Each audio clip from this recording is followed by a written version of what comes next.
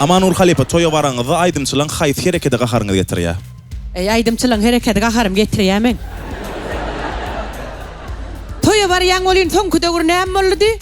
Men halat geçirmem bilýäňizmi? Onun bagşylar bar ya, misal üçin käbir bagşylar, bir bagşyny gözüm bilenem gördüm. Misal üçin men gazalatjanda näme? Sazdan men flashka ama yok yanımda iPad götürýänim yok. Özüm baryan özüm gaçjan goşmam özüm götürýän. Onun gazalatjan bolin aydımçylaryň şeýtdirony gördüm de çaljak golýawan çalma diýär. Tanadыңmy? Bir bagşy bar da şonýaly. Ine artymala diýis. Artin yigitleri, Celil'in yigitleri hem aydım aysan yanında zvoy çalyalar. Yo Halipa, bizim bara, bizim... Kim sor? Kim? Yo aytsı bu Ceyhun'da. Ceyhun'da, taşlemde köpülünç men gavat.